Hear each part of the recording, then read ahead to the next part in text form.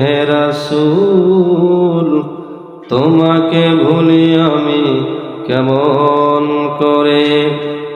খেয়ে না খেয়ে দিন প্রচারের কাজে নিজেকে দিয়েছ বিলিয়ে, তায়েফের কাফেরেরা চিনল না এ আলো, দুষ্ট ছেলেদের পিছু দিল লেলিয়ে।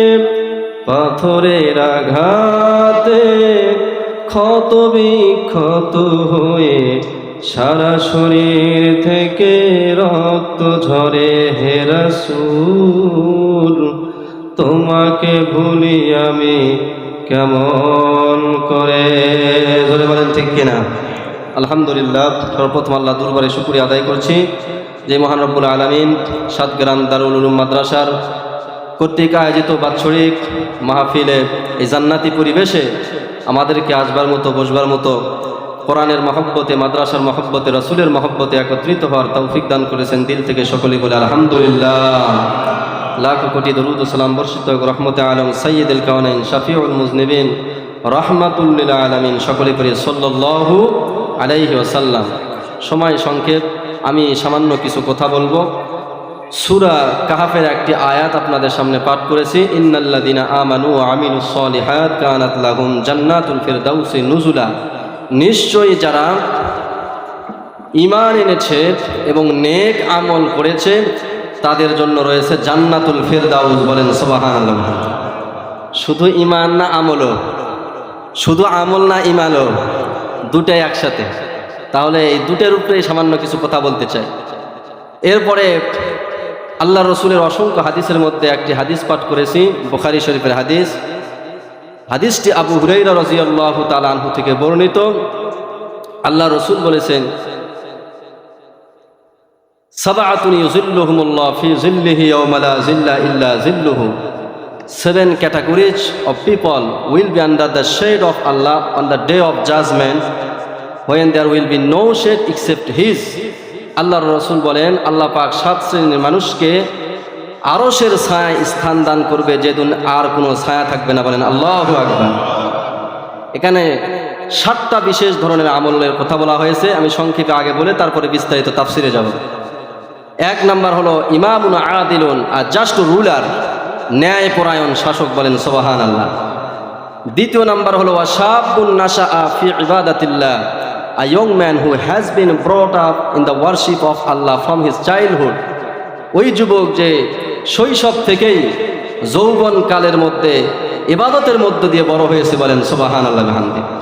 3 নাম্বার ব্যক্তি হলো রাজুলুন কলবুহু মুআল্লাকুম বিল মসজিদ, a man whose heart is attached to the mosque. ওই ব্যক্তি যে যার হৃদয়টা আল্লাহর ঘর মসজিদের সঙ্গে লটকানো থাকে। বলেন সুবহানাল্লাহ বিহামদি। 4 নাম্বার ব্যক্তি হলো রাজুলানি তাহাব্বা ফিল্লাহি ইজতামা আলাইহি ওয়া তাফাররাকু আলাইহি, to man who love each other only for Allah's sake. এমন 2 ব্যক্তি যারা শুধু একমাত্র আল্লাহর জন্যই একে অপরকে ভালোবেসেছিল। বলেন সুবহানাল্লাহ। and they meet and part in only by Allah's cause. এবং তারা পরস্পরে একে অপরের সঙ্গে সাক্ষাৎ করতো, আবার বিচ্ছেদ হয়ে যেত শুধু আল্লাহর জন্যই। বলেন সুবহানাল্লাহ।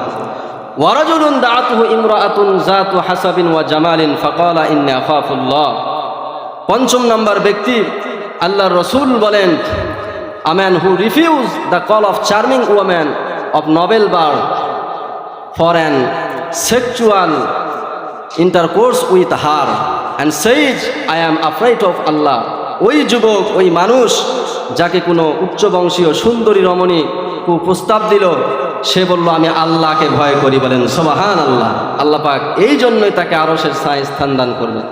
6 নাম্বার ব্যক্তি, ওয়ারাজুলুন তাসাদ্দাকা বিসাদাকাতিন ফাআখফাহা হাত্তা লা তা'লামা শিমালুহু মা তুনফিকু ইয়ামিনুহু, a man who practiced charity so secretly his left hand does not know what his right hand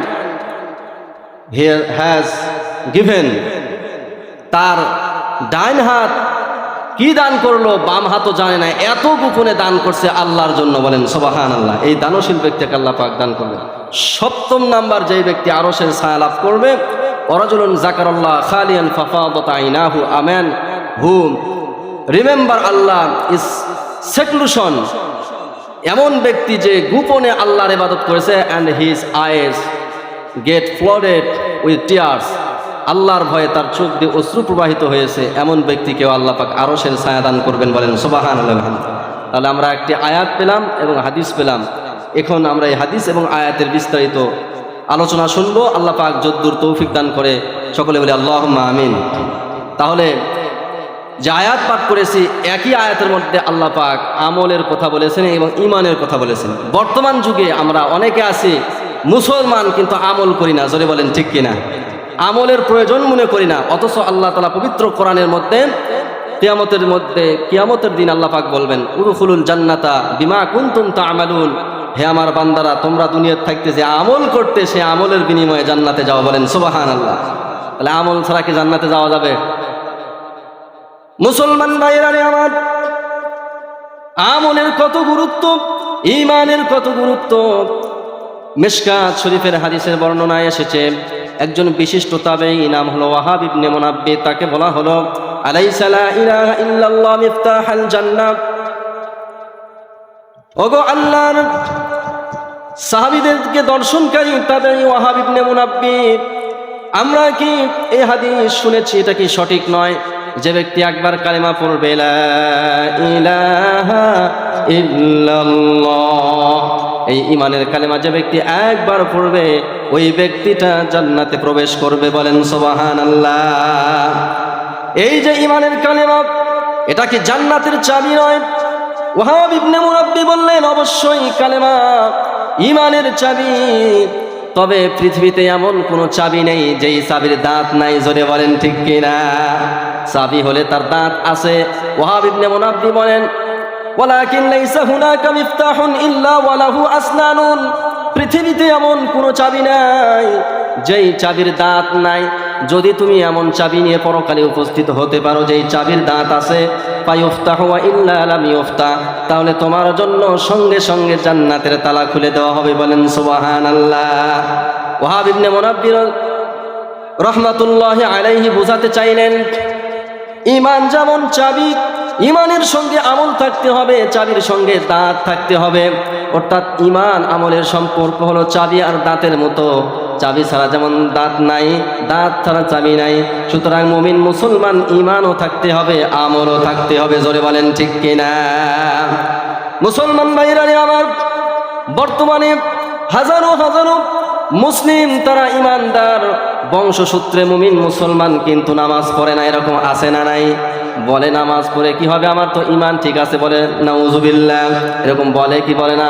আবার গানও গায়, কিরমান কাতিবিন রোজ হাসরের দিন, কিরমান কাতিবিন রোজ হাসরের দিন, আল্লাহর দরবারে যদি করে অভিযোগ, আমরা বলবো দুনিয়ায় ছিলাম হেলাল বাবার লোক, বলে কি বলে না?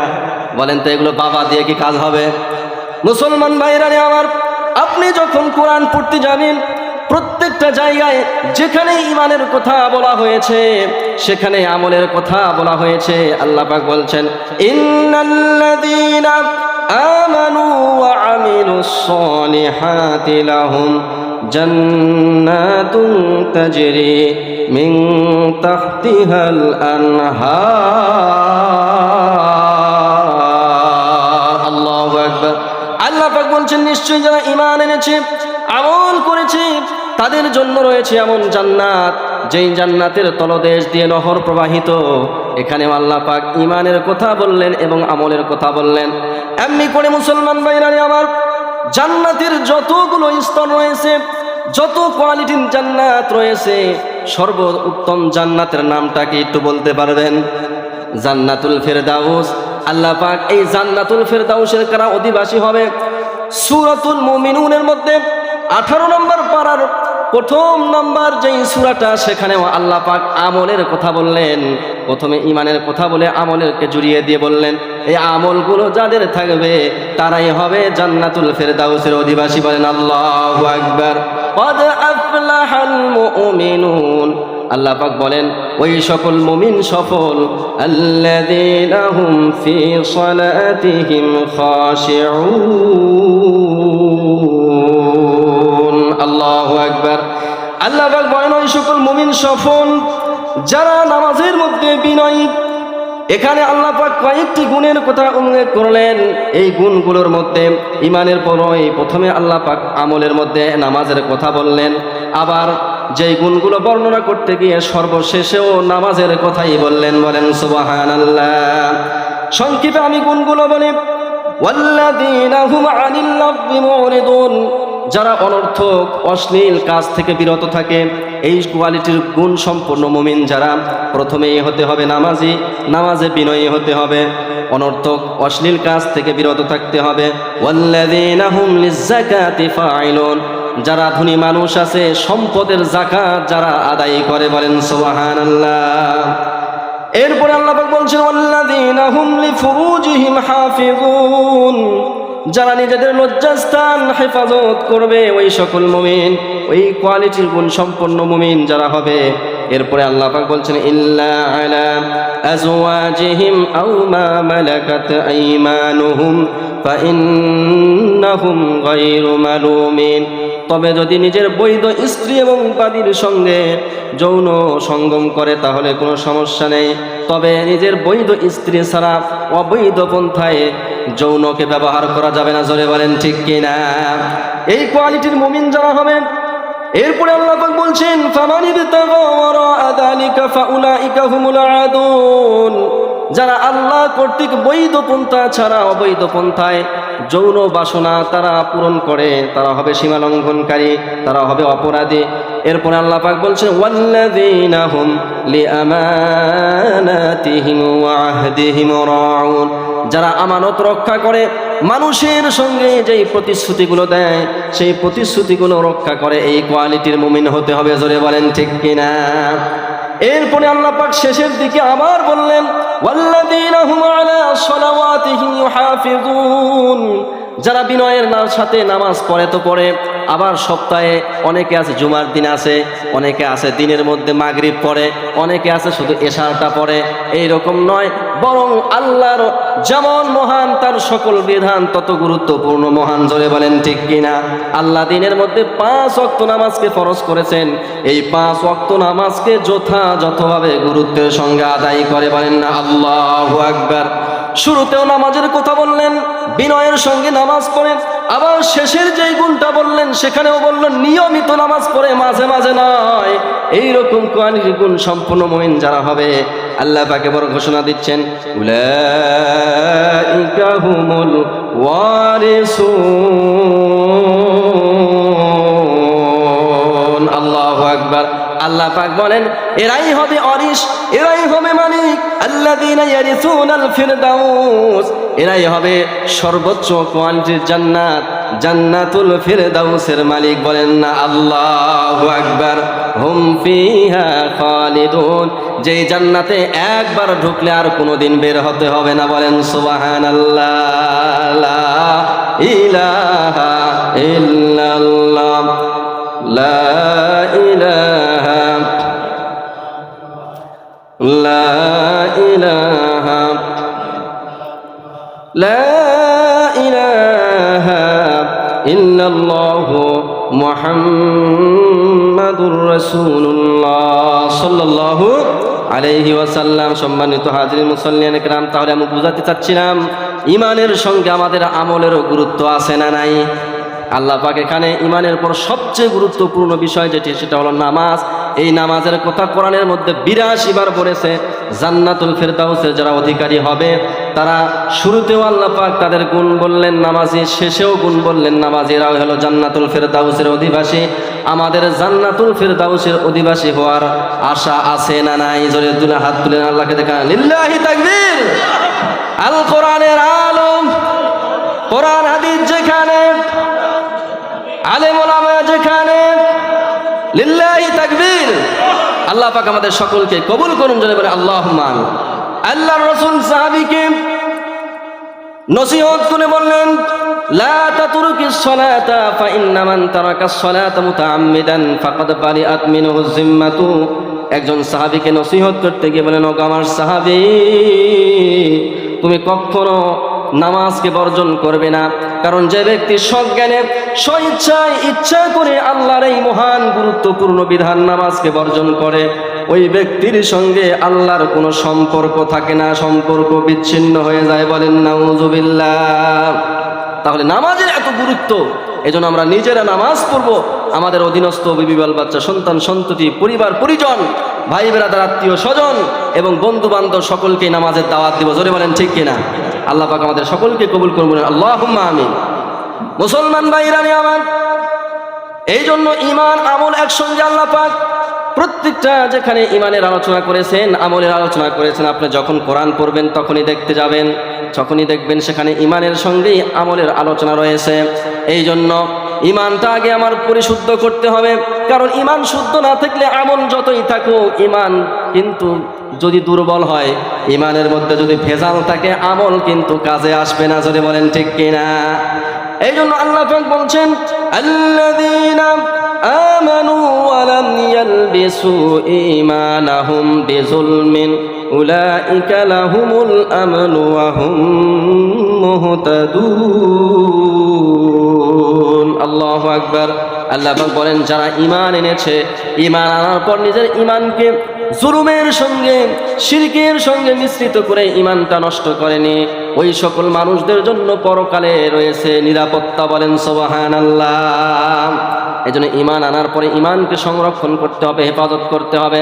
বিভিন্ন কারণে মানুষের ঈমান নষ্ট হয়ে যায়, ঈমানগুলো ভেঙ্গে যায়। নামাজ ভাঙ্গার যেমন কারণ আছে, রোজা ভাঙ্গার কারণ আছে, হজ ভেঙ্গে যাওয়ার কারণ আছে। ঈমান বিধ্বংসী কর্মকাণ্ডের সাথে জড়িত হলে মানুষের ঈমানও ধ্বংস হয়ে যায়। জোরে বলেন ঠিক কিনা? এজন্য ঈমানকে সংরক্ষণ করতে হবে।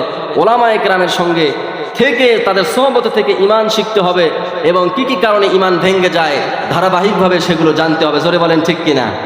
এই জন্য সাহাবায়ে কেরাম, আমরা এখন শিখি কোরআন, কোরআনের উপরে ডক্টরেট ডিগ্রি অর্জন করা হচ্ছে, কিন্তু ডক্টরেট ডিগ্রি কোরআন অর্জন করার পরে কোরআনের বিরোধিতা করে, এরকম আছে না নাই? অথচ সাহাবায়ে কেরাম বলেন, কিতাবের মধ্যে আছে, হাদিসের মধ্যে আছে, তাআল্লামনাল ঈমান ক্বাবলা আন নাতাআল্লামাল কোরআন। আমরা কোরআন শিখার আগে আমরা ঈমানটা মজবুত করতাম। বলেন সুবহানাল্লাহ বিহামদিহি। মুসলমান ভাইরা আমার, সময় সংক্ষেপ। ঈমানের পরে আমলের গুরুত্ব, এক একটা আমলের এমন এক এক রকমের মর্যাদা, সব আমল এক রকমের নয়। কিছু আমল আছে বেশি উত্তম, আল্লাহর কাছে বেশি গ্রহণযোগ্য।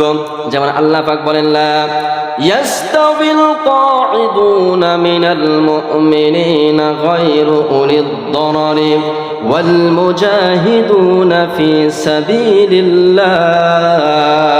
আল্লাহু আকবার।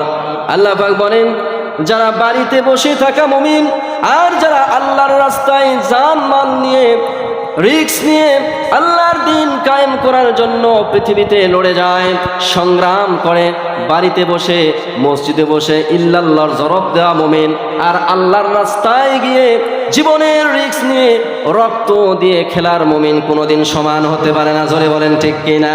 লা ইয়াস্তাবুনা ইনদাল্লাহ। এরা কোনোদিন আল্লাহর কাছে সমান নয়। যারা জীবন দিয়ে সংগ্রাম করে আল্লাহর কাছে এদের অনেক মর্যাদা। বলেন সুবহানাল্লাহ। তাহলে বোঝা গেল আমলের এক একটা আমলের একই রকম স্তর। আপনাদের সামনে যে হাদিসটা পাঠ করেছি, বিশেষ 7টা আমলের কথা বলা হয়েছে। এই 7টা আমল যদি কোনো মানুষ করতে পারে, কিয়ামতের ময়দানে সন্তান যখন সন্তানের পরিচয় দেবে না, বাবা মা যখন সন্তানকে ভুলে যাবে, বন্ধু বন্ধুকে ভুলে যাবে, সেই কঠিন মুহূর্তে কেমন হবে? আল্লাহ পাক বলেন, ইয়াউমা তাকুনুস সামাউ কালমুহুল। যেদিন এই বিশাল আসমানটা গলিত ধাতুর ন্যায় হয়ে যাবে, ওয়া তাকুনুল জিবালু কালঈন। এবং এই বিশাল পর্বত পাহাড়গুলো একেবারে ভেঙ্গে চুরে তছনছ হয়ে ধ্বনিত তুলার ন্যায় হয়ে যাবে। ওয়ালা ইয়াসআলু হামিমুন হামিমা। দুনিয়ার গভীর সম্পর্কের বন্ধু, ঘনিষ্ঠ বন্ধু একে অপরের কোনো খোঁজ নেবে না। ইউবসরুনাহুম। অথচ একে অপরকে দেখতে পাবে। সেই কঠিন কিয়ামতের ময়দানে মানুষ যখন তাদের আমল অনুযায়ী ঘামের মধ্যে নিমজ্জিত থাকবে, সেই কঠিন মুহূর্তেও আল্লাহ পাক বিশেষ 7 ধরনের আমলওয়ালা ব্যক্তিকে ডেকে ডেকে জান্নাতের আরশে চেয়ারে তাদেরকে বসিয়ে দিবেন। বলেন সুবহানাল্লাহ। তাদের মধ্যে সর্বপ্রথম আল্লাহর রাসূল যেই ব্যক্তির কথা বললেন, কোনো মুফতি মুহাদ্দিস নয়, কোনো হাজি গাজী নয়, কোনো ডক্টরেট ডিগ্রিধারী নয়, জজ ব্যারিস্টার মন্ত্রী মিনিস্টার নয়। আল্লাহর রাসূল প্রথম যেই ব্যক্তির কথা বললেন, ইমামুন আদিলুন, আ জাস্ট রুলার, সেই ব্যক্তিটা হলো একজন ন্যায়পরায়ণ শাসক। জোরে বলেন না আল্লাহু আকবার। ন্যায়পরায়ণ নেতা। মুসলমান ভাইরারে আমার, দুনিয়াতে নেতা আগে থাকে না পিছে থাকে? কোথায় থাকে? আগে থাকে, সম্মানের সাথে থাকে। দুনিয়ার যেমন সম্মান, আল্লাহ পাক তাদেরকে সম্মান করে আগে চেয়ারে জায়গা দিবেন, বলেন সুবহানাল্লাহ। কিন্তু সব নেতা নাকি নেতার মতো নেতা? নেতার মতো নেতা হতে হবে। কেন এত ফজিলত? আপনারা জুমার খুতবায়, প্রতিটা জুমার দিন খতিবের মুখে হাদিসটা শুনে থাকবেন, সুলতানু জিল্লুল্লাহি ফিল আরদ। আল্লাহ প্রদত্ত, আল্লাহ কর্তৃক যারা শাসক রয়েছে, যারা দিনদার শাসক রয়েছে, এই সকল শাসক হলো আল্লাহর ছায়া স্বরূপ। মানুষ যখন কষ্টে পড়ে, রোদের মধ্যে প্রচণ্ড তাপ থেকে বাঁচার জন্য গাছের ছায়ায় আশ্রয় নেয়। দুনিয়াতে মানুষ জীবনের নিরাপত্তার জন্য, ইজ্জতের নিরাপত্তার জন্য, জানমালের নিরাপত্তার জন্য একজন সৎ শাসকের আশ্রয় নেয়। জ্বলে বলেন ঠিক কিনা? মুসলমান ভাইরা আমার, এই জন্য দেশের প্রধান যিনি হবেন, তিনি যদি একজন সৎ ন্যায়পরায়ণ শাসক হয়, দেশের জনগণ জানমাল নিয়ে নিরাপত্তার সঙ্গে তারা বসবাস করতে পারবে। যেই দেশে জীবনের নিরাপত্তা আছে, জানমাল ইজ্জতের নিরাপত্তা আছে, ওই দেশটা দুনিয়াতে একটা জান্নাতের পরিবেশ। জোরে বলেন ঠিক কিনা? এরকম পরিবেশ কি এখন আছে? আছে কি? বুকে হাত দিয়ে বলেন, এরকম কিন্তু পরিবেশ নাই।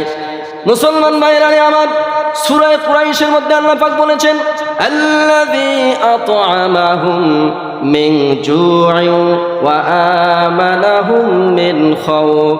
মানুষের এই কাবা গৃহের রবের ইবাদত করার দরকার, যিনি মানুষকে ক্ষুধায় অন্ন দান করেন এবং ভয় ভীতি থেকে নিরাপত্তা দান করেন। বলেন সুবহানাল্লাহ। দারিদ্র বিমোচনের মালিককে, নিরাপত্তা দেওয়ার মালিককে। আমরা যদি আল্লাহর বিধান অনুযায়ী চলতে পারি, আল্লাহ পাক আমাদেরকে এই দুইটা দিবেন। কোন রাষ্ট্রের মধ্যে যদি এই দুইটা থাকে, রাষ্ট্র বিজ্ঞানের, এটা ইসলামী রাষ্ট্রবিজ্ঞানের মৌলিক এই দুইটা ভিত্তি, যেই দেশের মধ্যে এই দুইটা জিনিস থাকবে, আপনি নিশ্চিন্তে চোখ বুজে বলতে পারবেন সেই রাষ্ট্রপ্রধান সফল। যেই দেশের মধ্যে মানুষের সচ্ছল অবস্থা, দারিদ্র বিমোচনের ব্যবস্থা রয়েছে, মানুষের স্বাভাবিক জীবনযাপন বহন করতে, ব্যয়ভার বহন করতে কষ্ট হয় না, সহজেই স্বাভাবিক জীবনযাপন করার মতো, সম্মানের সাথে জীবন কাটানোর মতো একটা ব্যবস্থা হয়ে যায়, রিজিকের সম্মানজনক ব্যবস্থা হয়ে যায়, 2 নাম্বার নিরাপত্তার ব্যবস্থা হয়ে যায়, ওই রাষ্ট্রটা সফল রাষ্ট্র, নায়কও সফল। জোরে বলেন ঠিক কিনা? মুসলমান ভাইরা আমার, এই জন্য একজন ন্যায়পরায়ণ শাসক যেন আল্লাহ পাক আমাদের জন্য এবার বরাদ্দ করে দেন। সকলে বলেন আল্লাহুম্মা আমিন।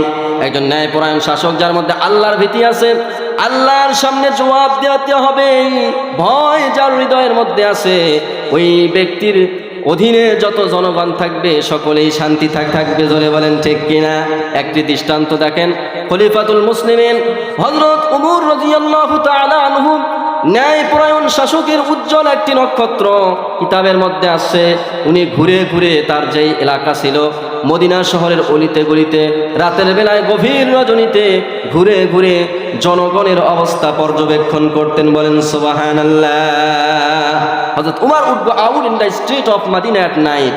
His object was to see the condition of the common people. বলেন আল্লাহু আকবার।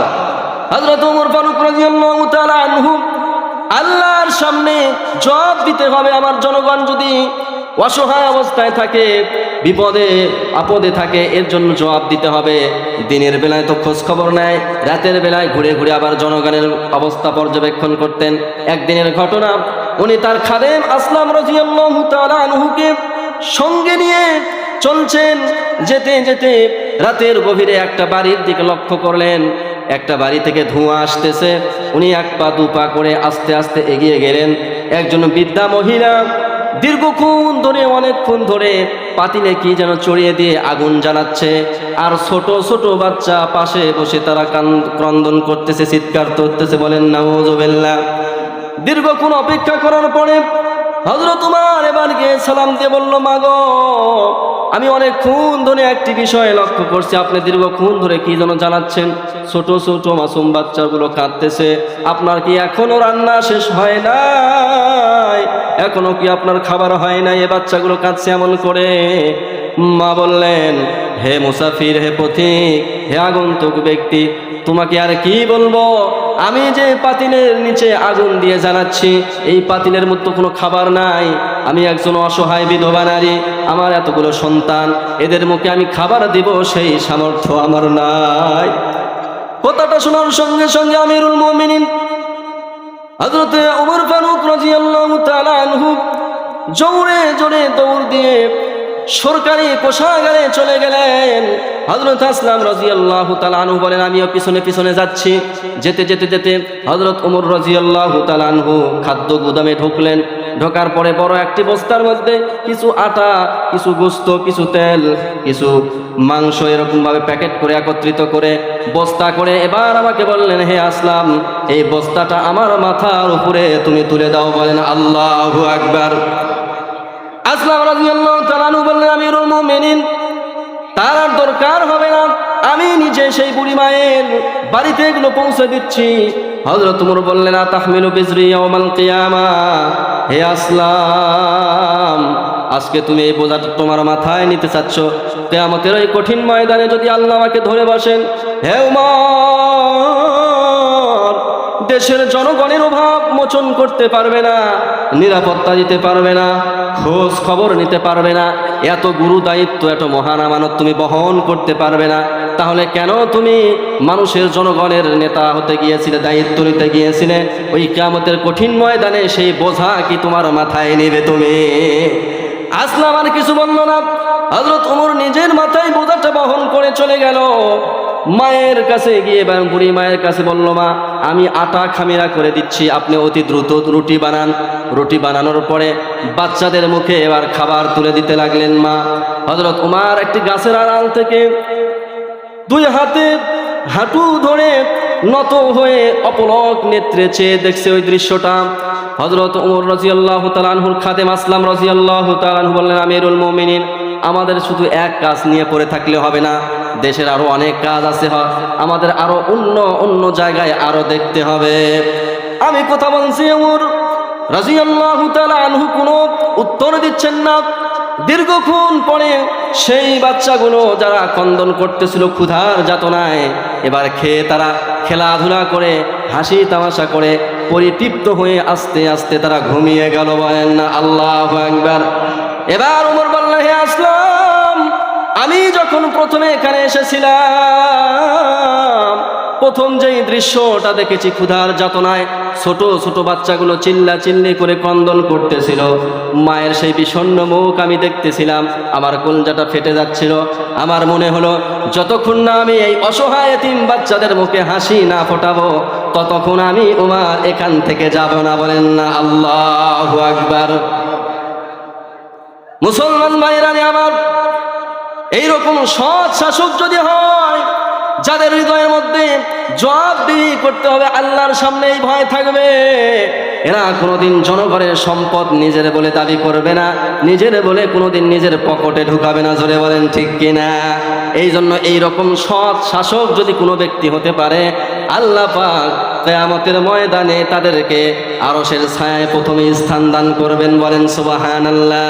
আল্লাহর রাসূল হাদিসের মধ্যে স্পষ্ট করে বলেন, ইন্নাল মুকসিদিনা ইনদাল্লাহি আলা মানাবিরা মিন নূরিন আন ইয়ামিনির রহমান।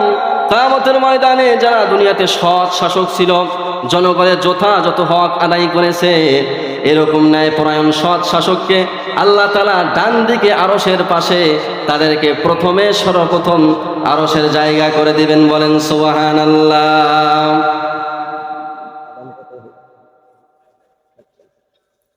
তাহলে এরকম সৎ শাসকওয়ালা যদি কোনো ব্যক্তি হতে পারে, তাহলে আল্লাহ পাক তাকে প্রথমে আরশের ছায়া দিবেন, ছায়ায় জায়গা করে দিবেন। বলেন সুবহানাল্লাহ বিহামদিহি।